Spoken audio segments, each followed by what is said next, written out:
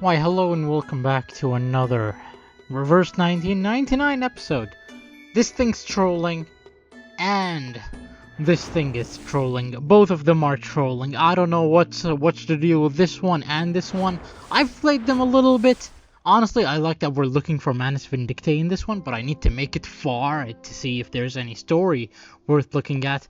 And this one is basically just Geonongzi backstory, which I don't know, man. It's okay. It's not, again, I really liked the Miss Tooth Fairy one. Miss Tooth Fairy one had a really good one. I think Uluru didn't have a good one. I can't remember about the others. I liked Shemaine. And Miss Tooth Fairy. I think that's fair to say. The others, not so much. Anyways, Anecdote. Inside the penumbra can, covered in a layer of dust, are stories buried in the depths of time. Well, hello there, Mr. Zima.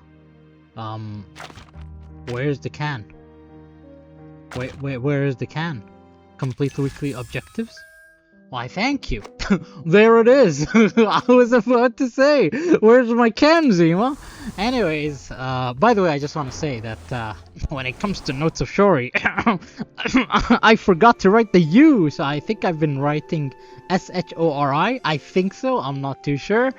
That's a mistake for another day, I guess. Anecdote. Inside the penumbra can, covered in a layer of dust, are stories buried in the depths of time. And there we go. We've unlocked the anecdote. I am so excited for this one. Ooh. Nice art. Really wish she was looking our way, but it is what it is. Sparrow in hand. It hides so well that not even a dog can find it. Хорошо. Let's go back then.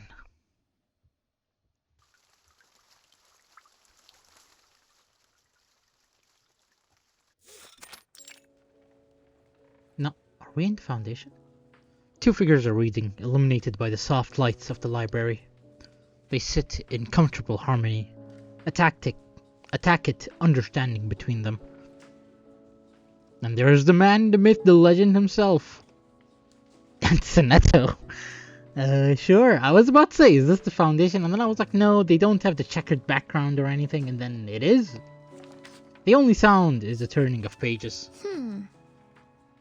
It is a silence that will break as their mutual agreement ends. After all, this girl has a question forming in her mind. Excuse me, Mr. Zima. Oh, by the way, I just want to say that I'm a man. Whoa, flashbang! I'm a man! I can't copy Soneta's voice. So I'm not even gonna pretend to copy her voice, but any NPCs that appear, I will give them their own accent and try to change the voice up as I can. Now hold on, I forgot. These things aren't voiced. So I'm gonna drink some water and we'll get into it.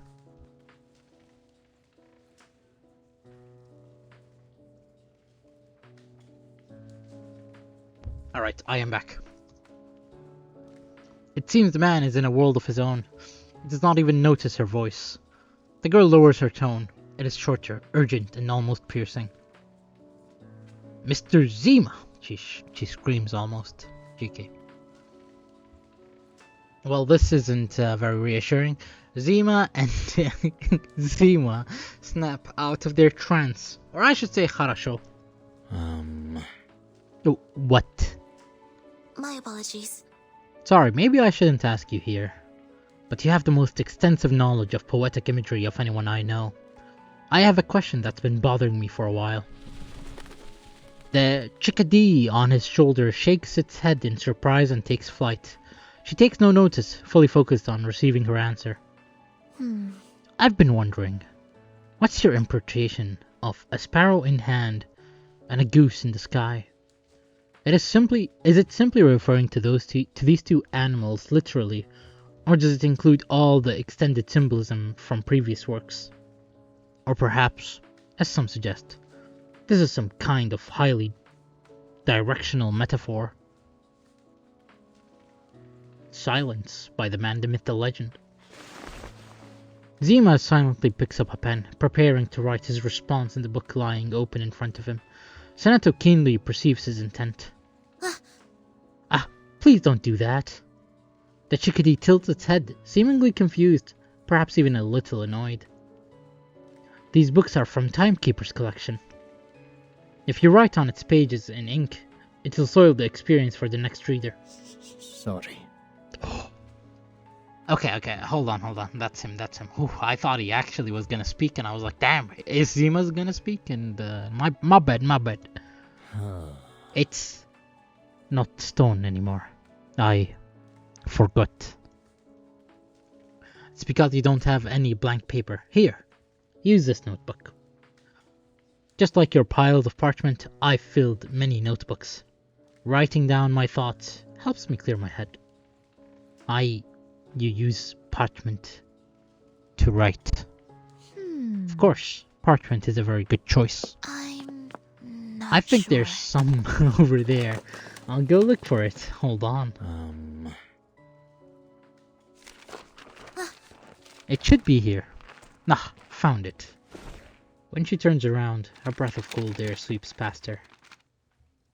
The book remains open on the desk. The quill, its owner, and the chickadee named Zima have all disappeared. What? Mr. Zima? Did I say something wrong? Well, this is gonna be awkward. Are we in Russia? Where are we, I wonder? Oh, we're in the Foundation. My bad. Archives Foundation. Every time I ask him a question, it seems like he doesn't want to answer. And what did he mean by stone? Alright. Well, I could take a look at his file. Maybe it'll help me avoid making the same mistakes again.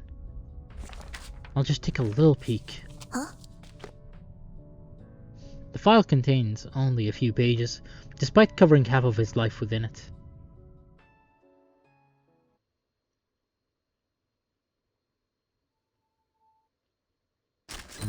To be continued. Whispers in the black forest, the thick woods, glowing campfires, and plenty of agile and daring companions.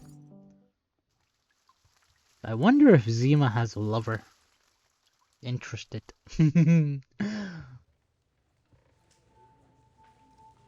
Senator stands under the overhead light, slowly reading aloud the words in her hands. In 1912, the poet was charged with insulting the highest authorities. He was sent to eastern Siberia, then transferred through various prisons, and eventually exiled to a solitary island. For the next decade, he lived there in isolation. His poetry was inseparable from the animals on the island.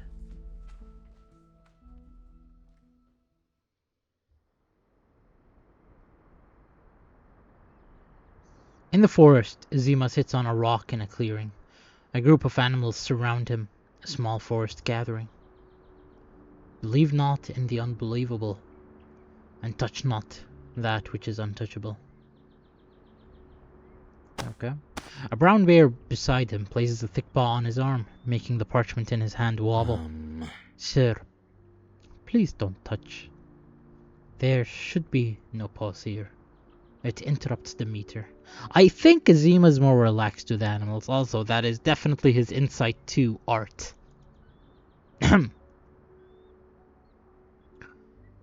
Look not back on the path you did not take. Iron wings, a warning to the hunter, makes. Yet in his greed, he disregards it still. On his left, a fox paws his sleeves disapprovingly. Please behave.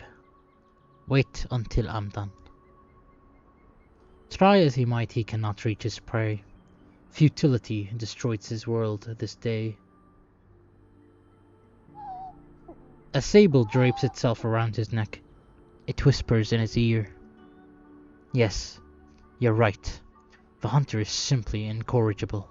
And I'm afraid there are still many such people in the world. May they reap what they sow. In the background of this harmonious scene, a renadier shakes its antlers. Her descent nearly knocks the poet off the rock upon which he is sitting. Ah, miss! I understand. You're saying that the hunter is just trying to survive. I simply don't agree. It is out of vanity, not hunger that he refuses to return empty-handed. Are there truly gems in a pigeon's belly? The branch it perches on cannot bear the weight of a man. The hunter aims to persecute the pigeon, yet it warns him. When he falls into the snow embraces him. Truly forgiving. Yes, it reminds me of... How can we not love Earth more than heaven? Nature is the fabric of our world. We are like potted plants, placed amidst its great garden. A chickadee flies from afar, landing firmly and accurately on his shoulder. Surprise and intimacy, a pair of long-lost friends. My friend. Zima? You've been gone for so long, I had begun to think you had fallen into a hunter's trap. The surrounding animals immediately become alert, but there are no hunters here. Just us. The hickadee shakes its head and chirps, displeased. It looks desperate for the full attention of its friends. What did you say? What? No, Sorry. I should go. The news leaves him trembling. Zima's papers scatter to the ground, but he is too hurried to pick them up. He leaps down from the rock, puts out the fire, and disappears into the depths of the forest. His friends, of course, follow close behind. A bear, a fox, and an antler so far. According to the poet's own account, the years on the island were marked by bitter cold and loyal companions. Many friends. By now she has fallen into a nearby chair and is sitting in contemplation.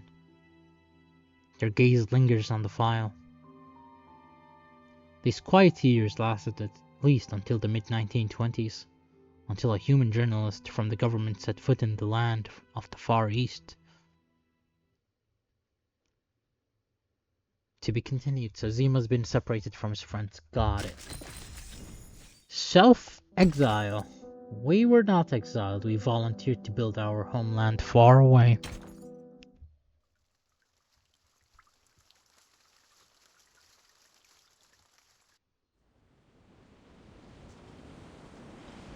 That's surprising. It's so... Oh, wait. Journalist, hold on. I need to give him a voice. It's so desolate. Compared to this place, the bulks is like the Leningrad of Siberia. Okay, I'm trolling his voice for real, but let me have fun, man. There must be a bounty of untapped resources here. I'd be more focused on finding a place to stay if I were you. May I ask? In what direction is the nearest town? How far is it? Town? There's nothing but prisons here, lad. What? Prisons? You heard me. Not even a pigeon would go to stop caring in this cesspit. So where are the prisons? Where are these prisons? You're in one, mate. Ha! I get it. You're messing with me. You came all this way and you don't even know a single thing about this place. You're dead meat. I just came here to investigate. Head south or buy another ticket and come back with us. That's my suggestion. No. I can't. When will your ship come back again? I'm not sure. Side barges are centrally managed. It could be 15 days. Maybe longer. Until then, do your best to stay alive.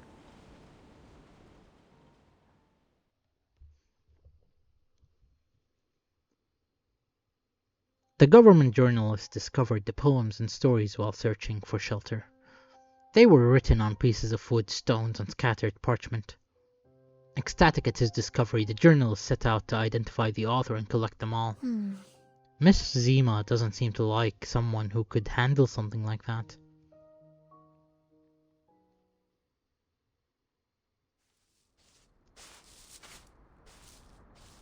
Oh dear. If it weren't for these stone-paved roads, I swear I would have marked this place as a no-man's land. In an opening not far away, crude shacks, some empty or collapsed, stretch out like long scars torn into the earth. At the center lies an extinguished campfire. That's weird. What about those people who were exiled about a decade ago? Did they all escape? In those surviving records, the end of the exile policy. But anyone who found themselves in this environment must have constantly thought of escaping. Forget it. I'll look for traces of life first. Maybe I'll find... Huh? Fire. It's still warm. That's... Is this? Half-burnt parchment is scattered across the campfire in a scene of attempted destruction. He picks up one sheet. Parchment paper with poetry on it and a still smoldering campfire. Someone is definitely here. Who could it be? Who would write poetry in a place like this? It is an amazing discovery. The next occurrence, however, is even more surprising. A bird swoops over and snatches the parchment from his hand like an eagle plucking a fish from the ocean. Hey! That's mine! I found it, you nasty little thing. Give it back! Humans who neglect the exercise are no match for wild animals. What this human now faces is a primitive yet most difficult to resist ambush. Primitive, but efficient. It is orderly and prepared. What's wrong? What's going on? How are there so many? The birds, dedicated to drive off the intruder, give him no answer. Please, let me go. Let go of my clothes! My bed. Where are you taking me? The parchment? I don't want the parchment. Give me back my notebook. No. No, that's the brooch my mother left me. And such chaos opportunities are fleeting. He must grab it and take back what is his. You. Stop. Give it to me. Let go. This sudden surge of resistance deters the birds for a few seconds. There is a brief pause in their attack, then a figure leisurely steps out from the woods. Please. Stop.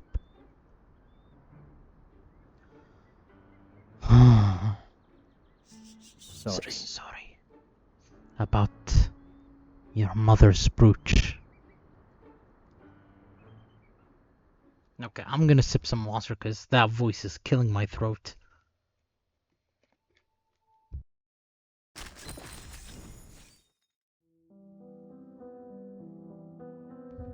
I am back. An easy discovery. Keep talking. Just keep talking.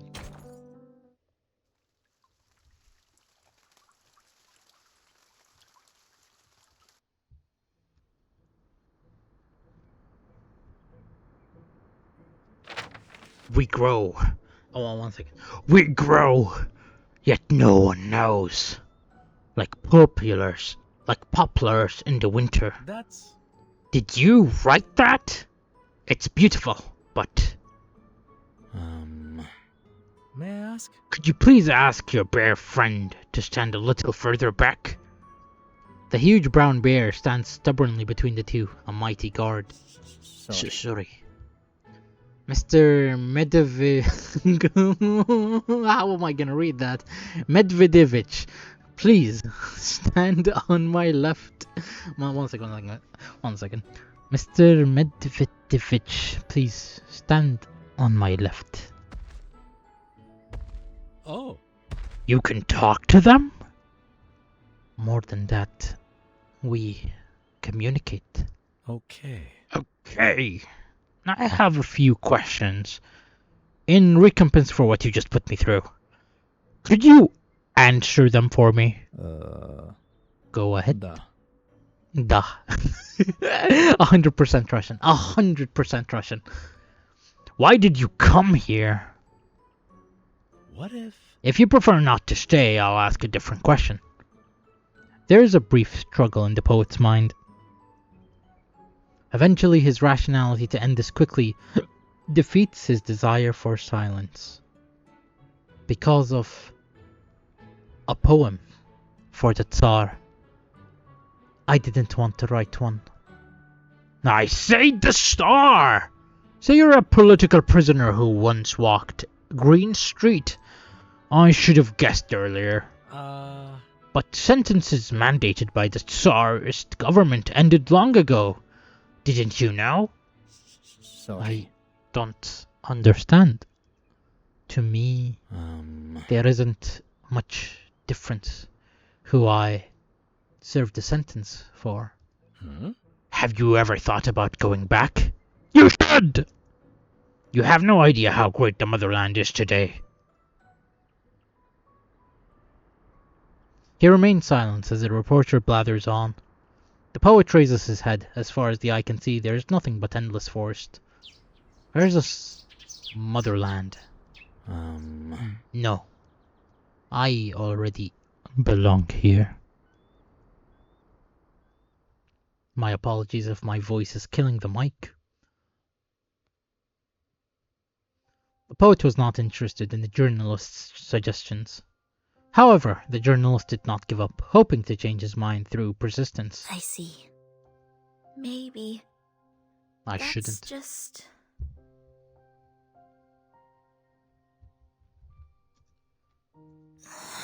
I hope this isn't the story of the hunter and the pigeon.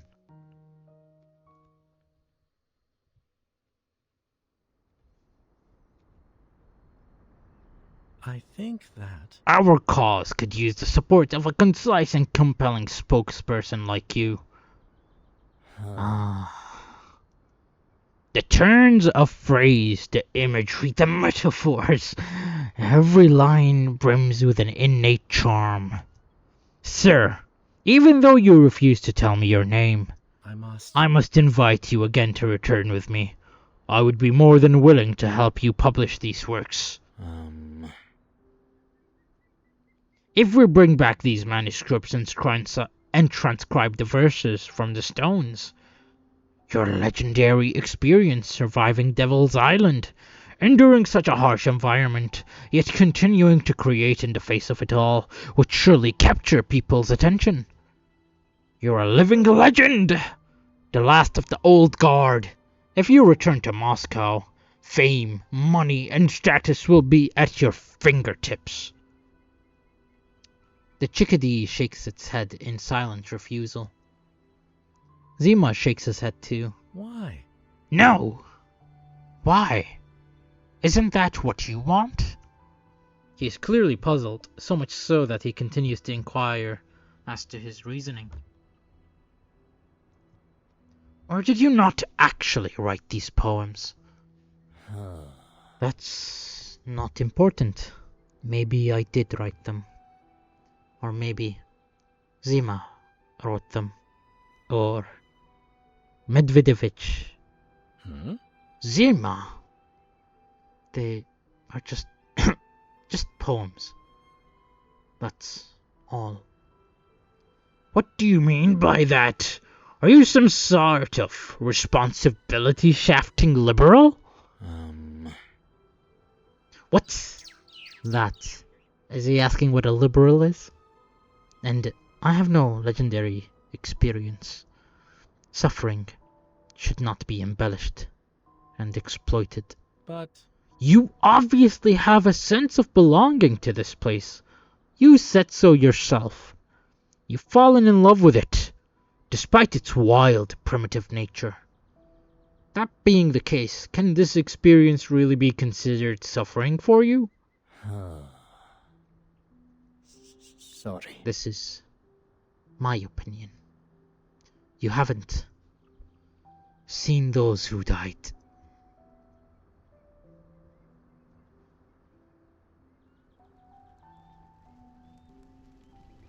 The scorched earth and the collapsed shacks, the desolate forests with few traces of humanity. The roads paved with bloodstained stones. Welcome to Green Lake Campsite, by the way. Where did they come from? Is there anyone who remembers?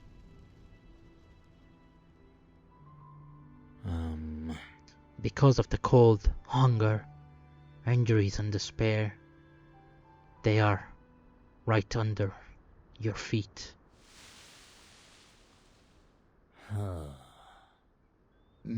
Go back. May I Alone. refuse? I decline your offer.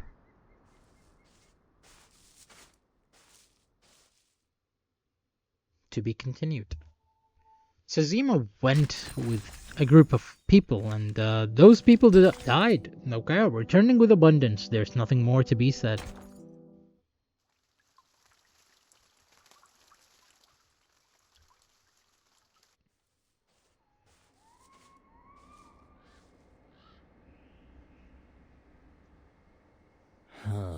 Please, don't follow me again.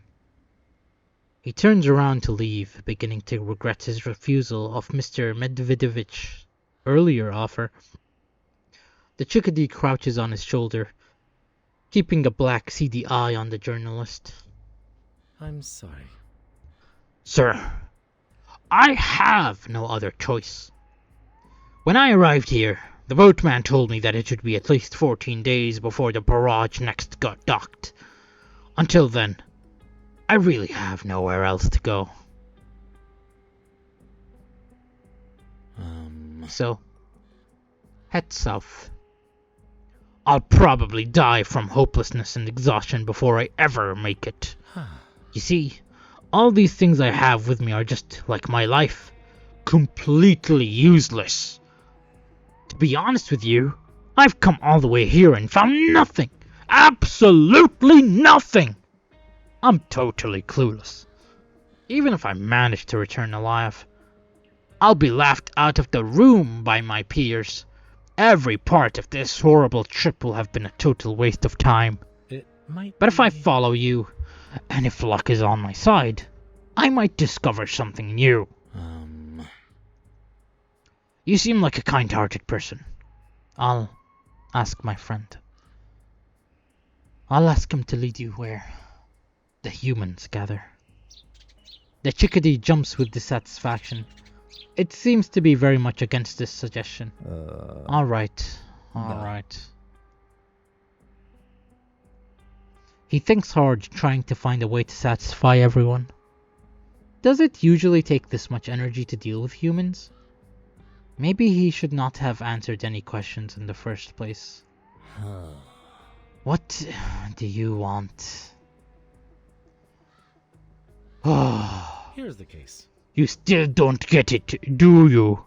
All your problems would be solved if you just agreed to let me collect some of your poems and stories. Look, if you agree to this, I'll have the motivation to leave this island. No need to worry about what comes afterwards. I'll go back to minding my own business. No more following you around. Is that so? Of course. Yes! Then, No. I agree. Take them. Thank you. Thank you so much. I'll retain your right of authorship. I don't need credit. But the author must always be named, otherwise, what will the readers call you? The poet of Devil's Island? Actually? He makes eye contact with the chickadee on his shoulder. A name slips off its tongue. Zima is good. Zima? Oh, there's an ant on my hand. How did it get there? How did the hand get on my... Okay, put it down. Okay, we're good to go. In the process, I became Zima as well. The poet gave the journalist permission to take the sheets off parchment, just when he thought that life would return to normal. Huh? Thought? Question mark? Oh? So it didn't then. Oh my goodness. More people embarked on the path to the island, paved with blood and stone in search of his poetry, his stories, and him.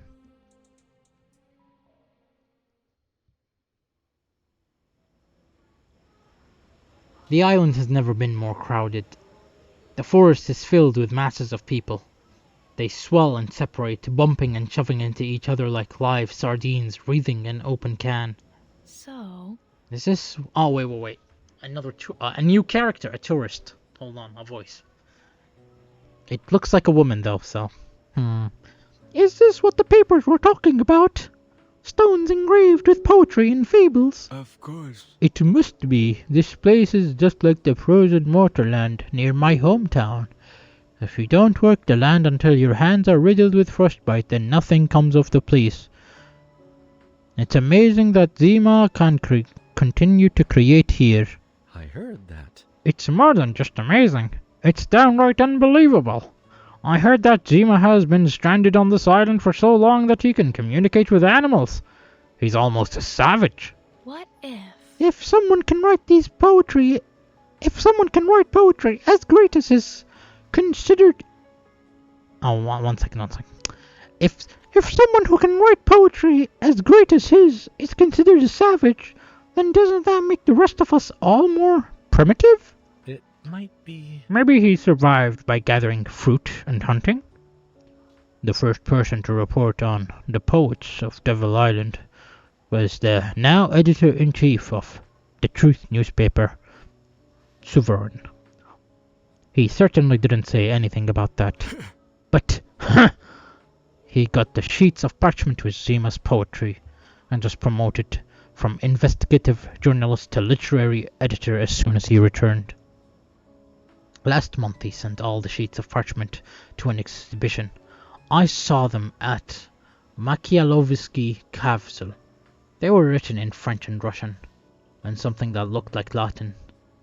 Again, I apologize if I am blasting the mic. So, What you mean to say is that Zima can write in 3 languages and therefore cannot be a true savage? He's a cultured savage. What an oxymoron! so, Nonetheless, I've been getting more and more curious. His collection of poems has been out for so long, but has anyone actually seen Zima in person? Are you implying something? Do you think this is some kind of elaborate hoax? I don't see why anyone would set up a hoax to increase tourism to, this place. Isn't that so? Besides, the poems on the parchment and on the stones in front of us all seem so real, don't they? Anyway, I hope this is all real. I travelled here so that I might see him in person. Chekhov's journey to a distant island already seems like a hoax to me at this point. The conditions here are worse than the book described. Did you forget about the war? Well, Zima doesn't mention that in his works.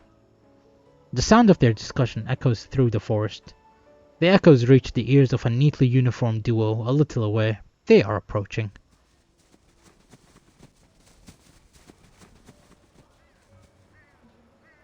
The person living on this island must be quite eccentric. I mean, a graving word? Oh wait, this guy is speaking. Investigator 2. And he's different than Tourist 2, huh? Well, damn. I'll just speak normally. The person living on this island must be quite eccentric. I mean, engraving words on rocks by the sea, traces of arcane skills on the beach. Heh, we even found writing on the cliffs in places where a pigeon couldn't perch. Although the traces are obvious, they are totally irregular. Interesting. Oh, maybe this time we'll encounter a bear with several doctorates and serious social anxiety, like Mr. Mishka. Don't make such arbitrary guesses, especially about such boring nonsense. Quit contemplating and focus on the mission.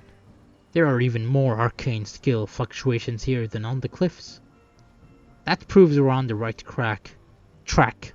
Where are these fluctuations? On those rocks up ahead. Man, since I've went to the dentist, the bottom or the top right of my mouth feels different. Reading is actually a pain. Speaking is a pain. Poet in the street. Somebody has to tell the truth, right?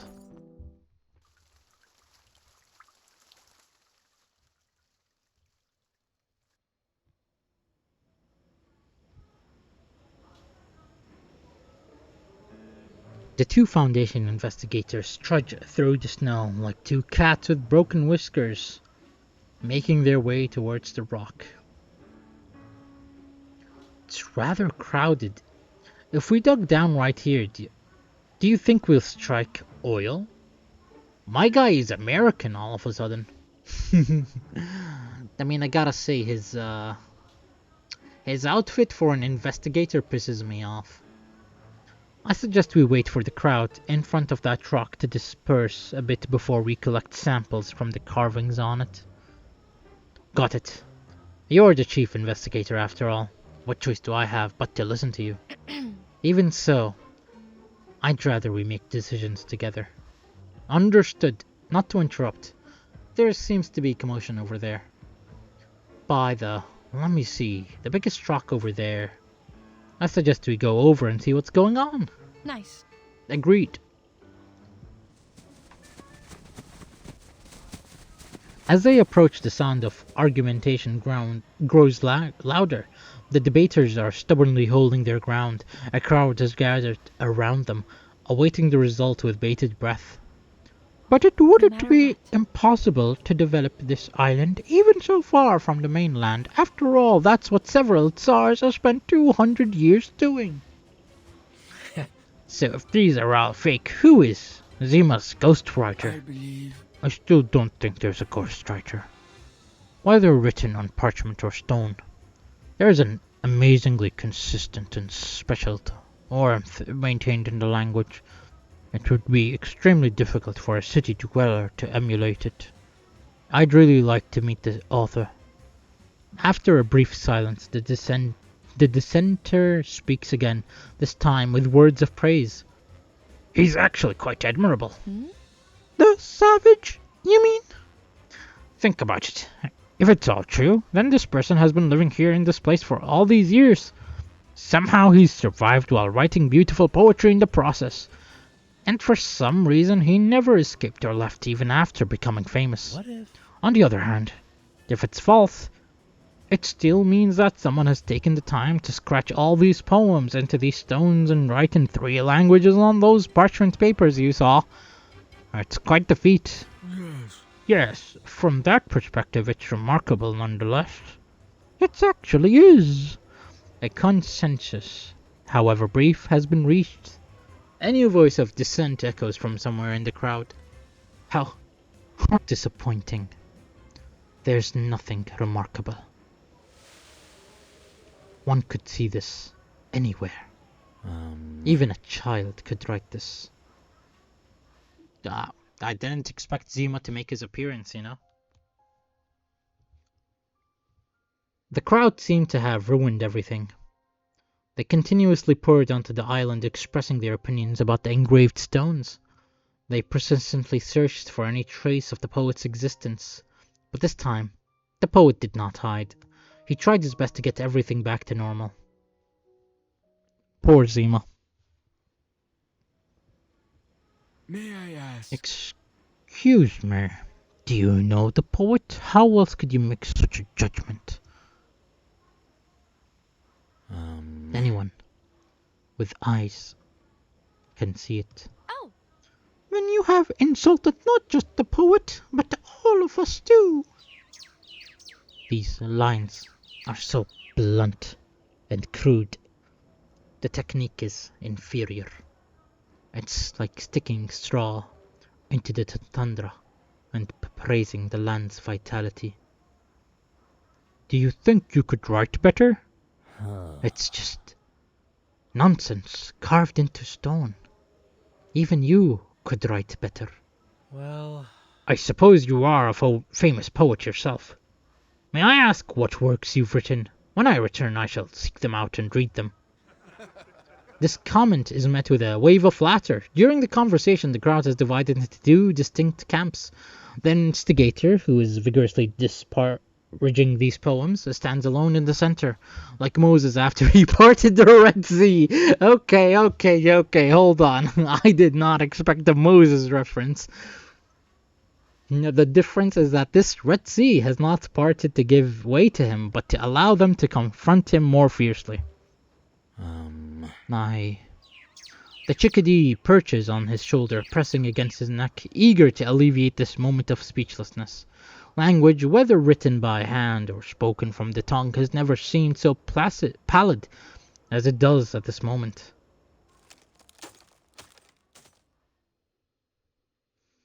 In the strange silence, a faint blue, icy halo appears beneath his feet.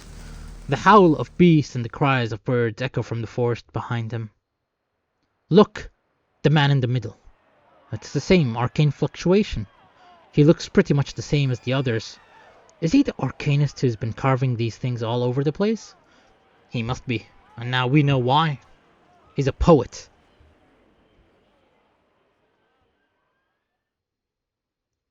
To be continued. Hold on, I need to drink more water.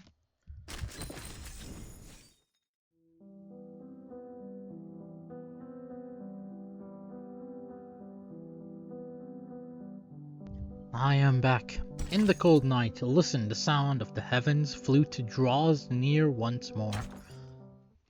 Damn, 41 minutes in. Not bad pace, to be honest.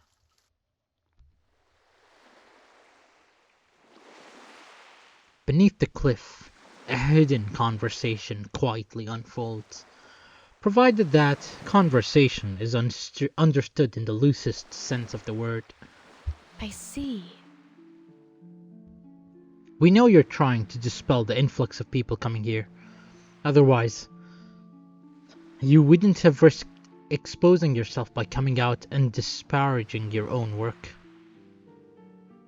Even if you criticize your own writing is worthless. The people who are already here will not leave easily. Alright, we'll register you as a slightly extreme, reclusive arcanist. He's a poet. I like how they mention he's a poet twice or 3 times by now. The chickadee flaps up and down easily. It's alright. Sorry, what did you say? I think he was talking to his bird. Oh, I've heard about that. That some people can communicate with animals. Like chatting with a pike while ice fishing. A well-meaning fisherman is likely to master that skill. Or have you heard the fairy tale? He's an arcanist. So? Therefore, I must remind you that your previous actions violated the public security law. And what does that mean? You're on a devil's island where it is quite literally lawless. Sure, Foundation, sure. We're gonna pretend your reputation precedes you. You may not have meant any harm, but they were very dangerous nonetheless. The chickadee chirps fiercely, trying to argue with them. The poet remains silent. There's no need to be so serious. Nothing bad happened, did it? It's part of our job to handle these things before they become a problem. Alright. I think I mentioned when I introduced myself earlier that we are investigators from St. Pavlov Foundation. This is a routine investigation to locate arcanists. When we docked, we detected a large-scale fluctuation in arcane skills. Those carvings in the bizarre spots on the cliffs, you wrote those, right? But I didn't quite understand them. Don't pay any attention to them. Yes. A small gap opens in the stone wall. That is his silence, letting a sliver of light shine through. Those poems. You wrote them, right? They're beautiful, even though their location is a little strange. It is best to talk about poetry with a poet. It gives them some distance between themselves and their words, allowing them to speak more freely. Standing before the gap in the stone, a happy expression at last appears on the poet's exhausted face. They're allegorical poems. I wrote them for passing birds to read. Nice. No way it ends here, right? Okay, thank goodness. I was about to say. The investigators from St. Pavlov Foundation gave the poet another choice. By the way, I like how it writes Zima and then there's just a chickadee writing its name. A choice he had never imagined he would be presented with, and was genuinely shaken by. Then Mr. Zima joined the Foundation. So...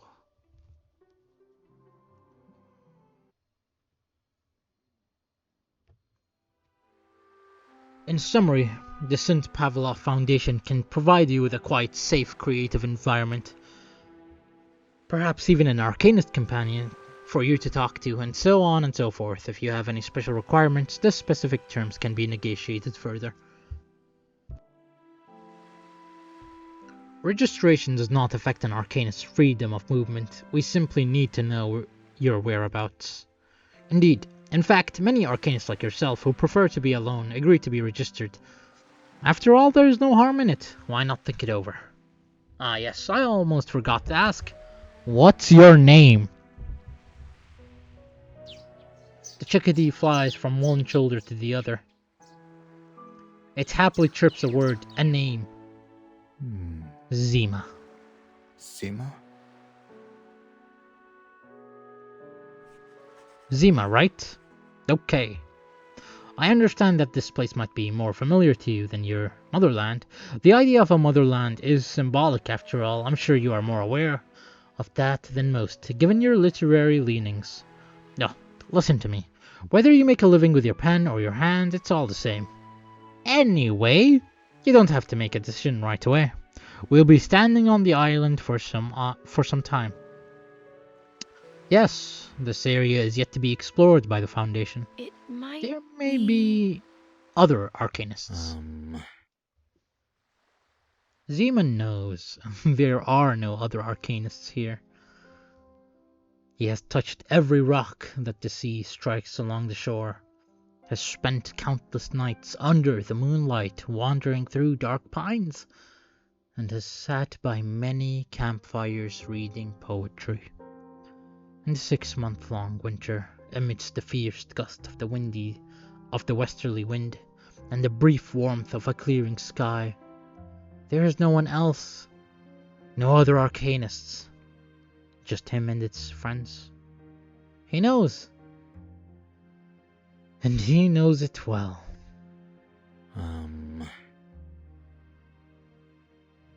I don't. Sorry. I don't know.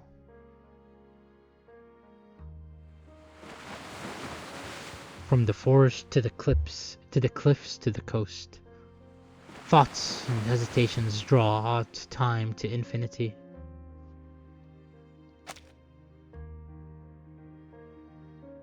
Zima looks out at the rising sun from the end of the long, empty rock. A distant semicircle, a fire held in the hands of the night, splitting sea from sky. It is bright enough to scorch the eyes, or at least enough to make them sting. Everything feels small before this vast horizon.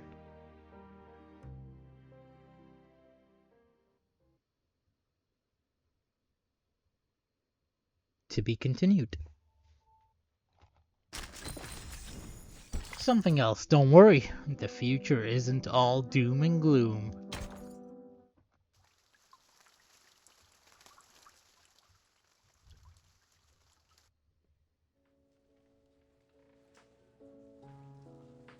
The poet accepted.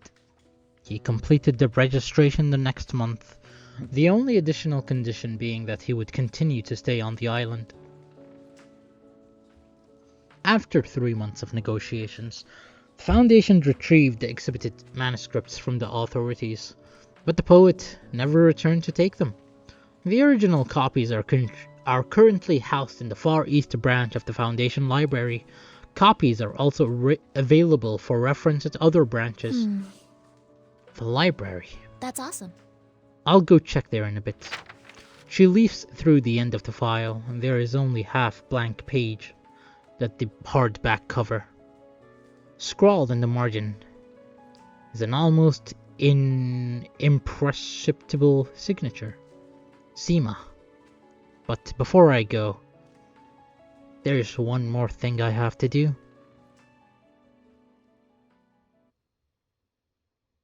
I wonder when is this happening, you know? The sky is brightening as the morning mist clears. Platinum awnings dot the beach. A nice particle effect. In the distance, a heavy barge from Amur is outlined against the shore. Magnificent yet small, it bobs like an iceberg floating in the sea.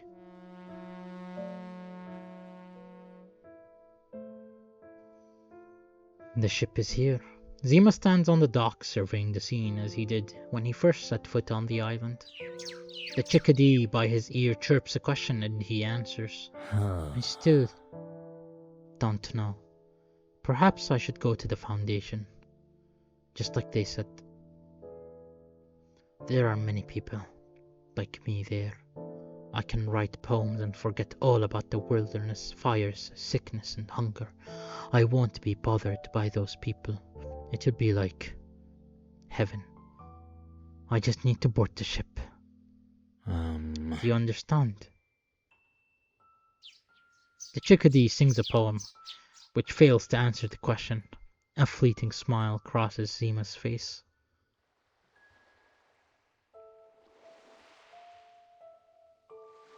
You understand. But here the sun and moon are eternal. Eternal stones, walnut shells, parchment, and all of you. Oh, that's a cute blush right there. The joys of heaven are too vast and too remote.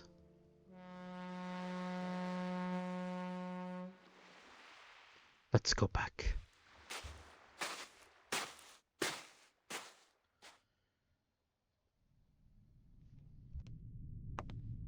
Ooh, a Miss Tooth Fairy background. I mean, we're in the suitcase. What? This is the suitcase? I've never seen this in the suitcase. I could have sworn this is Miss Tooth Fairy's university. Anyways, the corridor leading to the library is as empty as it was when she left. Miss Zima is usually here at this hour. I hope he didn't change his plans. I hope it was recording my voice. I really sincerely hope it was recording my voice. For a moment, my mic just lost color. Seneto gently knocks on the half-open door. Mr. Zima? The only response is the chirping of a chickadee. Zima is indeed there, along with a scroll of parchment and a bottle containing a strip of paper. Huh? That's the parchment I took out earlier. And a bottle? There's paper inside. Is it for me? Zima gives an earnest nod. Alright. Okay. I'm going to open it.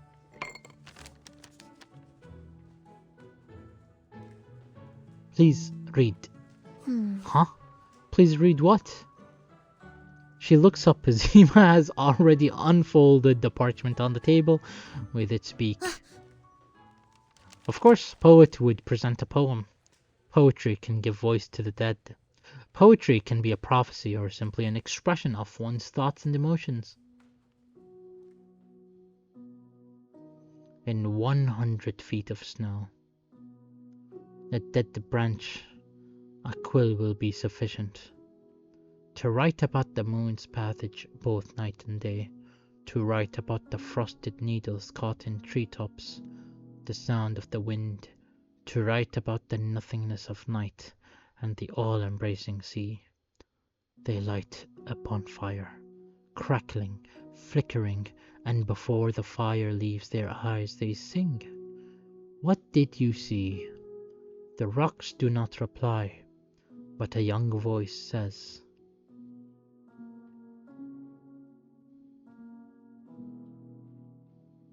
humanity.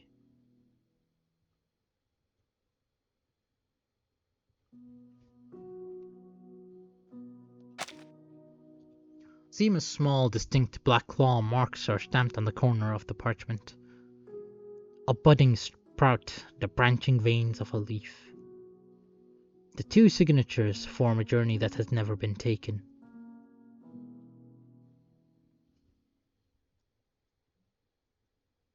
The end. I'm still confused about the end of the poem. Honestly speaking, again, if this were voiced, it'd make it much better. But I will say I think I liked the DK one more because more was happening, right? But all in all, given its length, I think this is pretty good. So far, the anecdotes have yet to miss. In any case, thank you for watching, and I'll see you on the next one. Goodbye.